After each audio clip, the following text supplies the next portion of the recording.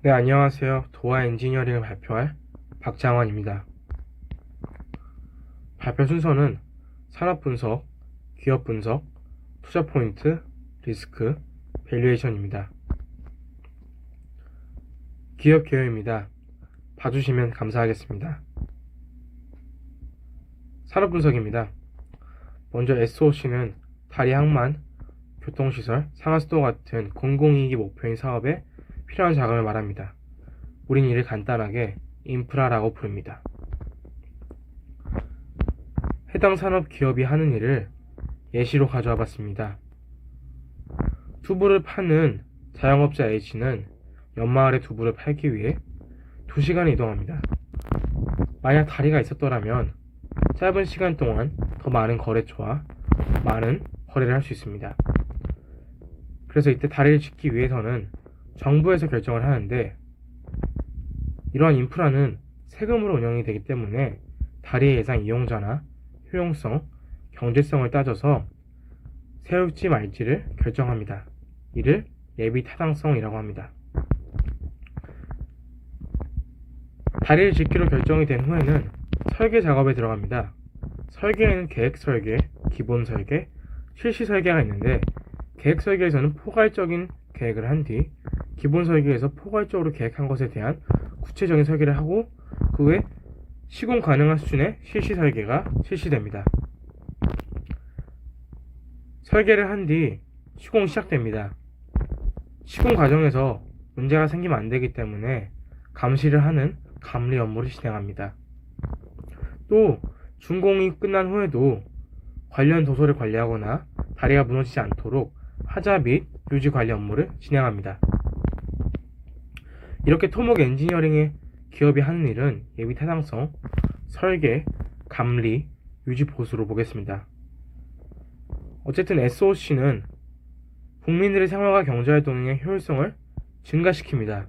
증가된 효율성은 생산성을 강화하고, 강화된 생산성은 경제 발전을 이끌기 때문입니다. 해당 산업의 시장 규모는 2022년 8조 7천억 원으로 연평균 성장률은 2%로 크지 않습니다.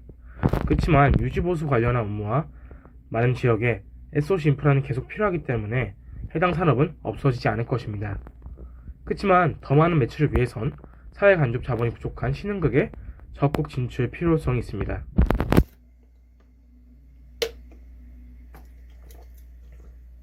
해당 산업의 특성으로는 인적자원, 관급사업, 수주실적이 있습니다.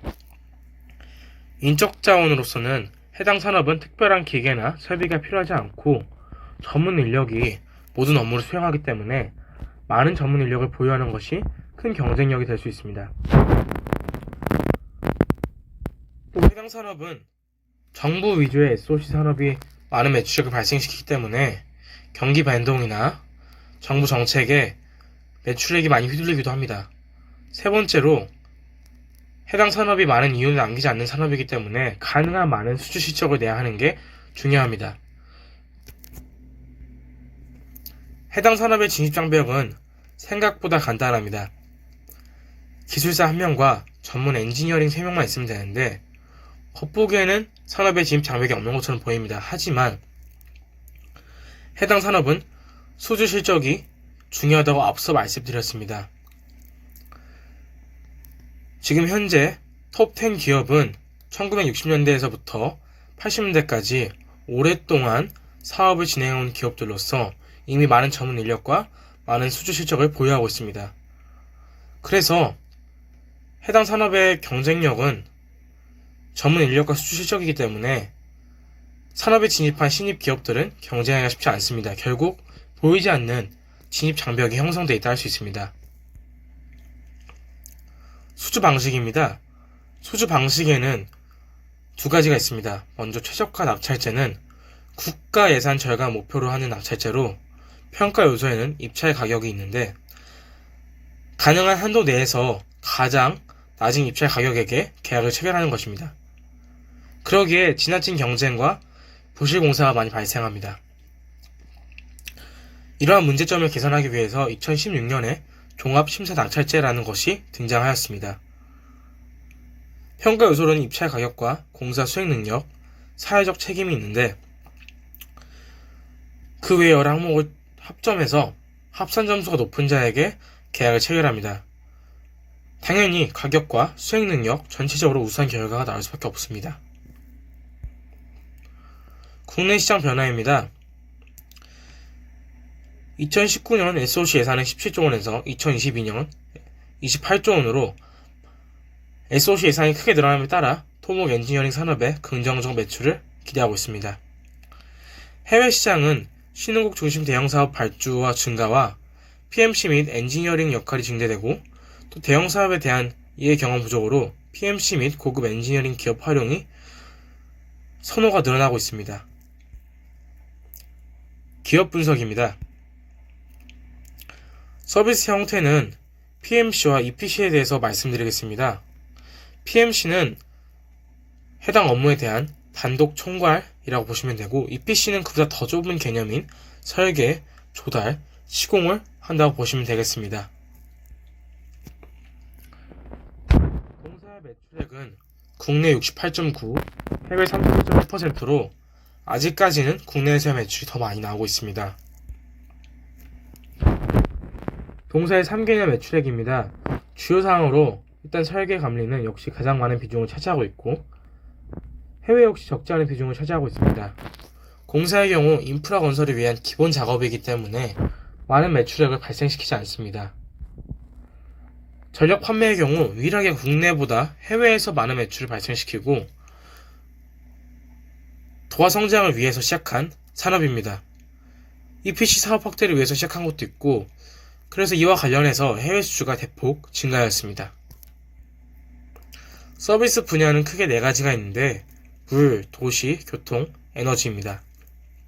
상수도, 하수도 수자원의 경우 국내 최초이자 최다로 가장 강한 경쟁력을 가지고 있고 도시와 교통의 경우 동남아와 남미에서의 수주가 급격하게 증가하고 있습니다. 에너지에서 태양광 또한 마찬가지입니다. 동사는 사업 시작 이후 오랫동안 1위를 유지해온 기업입니다. 그렇지만 최근 5개년을 봐도 부동의 1위를 유지하고 있으며 경쟁사와의 격차는 2배 이상을 계속 유지하고 있습니다.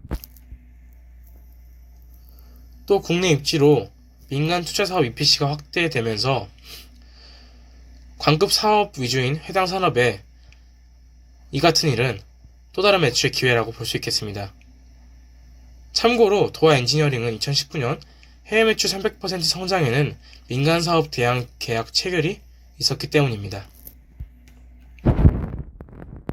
또 동사는 종합심사 낙찰제가 공공건설 입찰 제도로 도입되고 난 이후에도 계속 1위를 유지해왔습니다. 가격과 수행 능력, 그 외 평가 등이 까다로워졌지만 부동의 업계 1위를 유지했다는 것은 어느 정도 경쟁력을 입증했다고 볼 수 있습니다.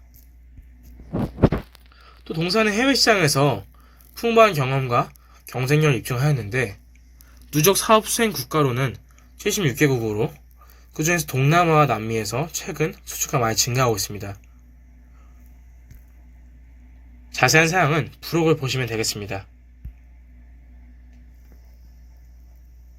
그래서 국내 인프라 시장이 포화됨에 따라 지속적 성장을 위해서 10년 내 매출을 해외 비중 80% 목표로 선언하였는데 지금 수주 잔고를 보았을 때 그와 맞게 수주 잔고를 늘려나가고 있습니다.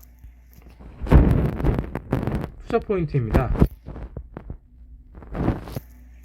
2020년 역대 최대 SOC 예산안이 편성되면서 특히 광역교통망과 SOC 고도화에 3조 원이 투자되었는데 동사는 이에 적극 참여하고 있습니다.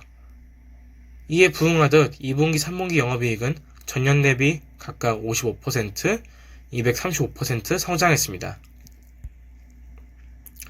투자 포인트 두 번째로 베트남 태양광입니다. 베트남에서 태양광 사업을 성공적으로 수행한 도화우는 베트남 정부가 2030년 태양광 18기가와트를 설치함을 발표함에 따라 이와 관련한 매출이 기대가 됩니다. 국내 설치 비용이 8조 원일 때 베트남 정부 태양광 설치 규모는 매년 2조 정도로 공사 비용 중 설계 감리비 비중이 2조 원 중 1,000억이 설계 감리비로 책정되었기 때문에 동사가 이와 관련해 많은 매출을 가져올 수 있을 것으로 기대합니다. 투자 포인트 세 번째는 해외 시장에서의 동남아, 중남미 시장 적극 진출입니다. 특히 페루의 단독 시공사업 진행과 신공항 PMO가 주목되고 있는데 방금 앞서 말씀드린 PMC 트렌드와 맞춰 이러한 경험이 쌓이고 있기 때문에 좋은 영향으로 보고 있습니다. 신재생 민간 발주도 또한 늘고 있기 때문에 많은 부가가치의 사업이 확대되면서 더 많은 매출을 기대합니다. 자세한 건 읽어보시면 되겠습니다. 투자 포인트 번외로는 네옴시티와 우크라이나 재건입니다.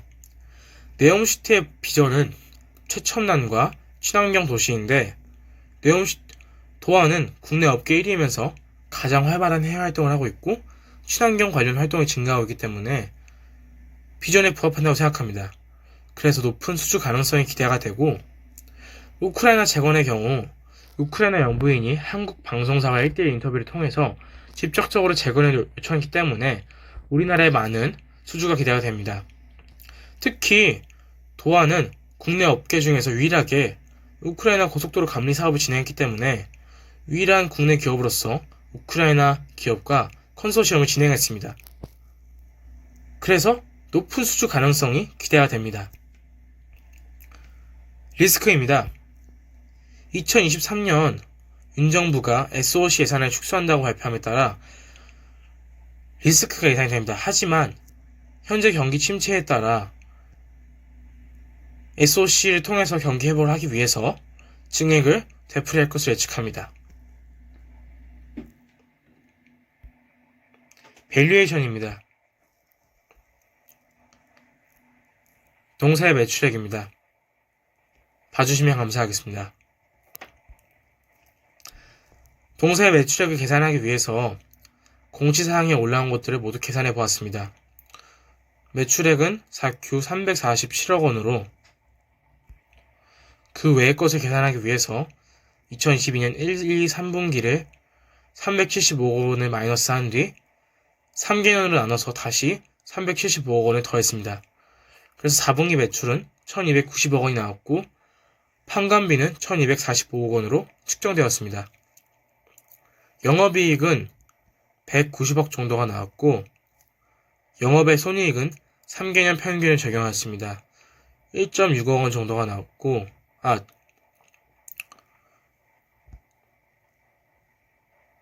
법인세는 25% 세금을 적용해서 47억 원이 나왔습니다.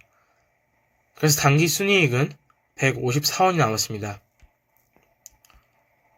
결국 2022년 예상 당기 순이익은 153원에 타겟 퍼 20일을 설정해서 1395원의 주가가 나왔고 상승 여력 2.7%로 투자 의견 바이를 제시합니다. 감사합니다.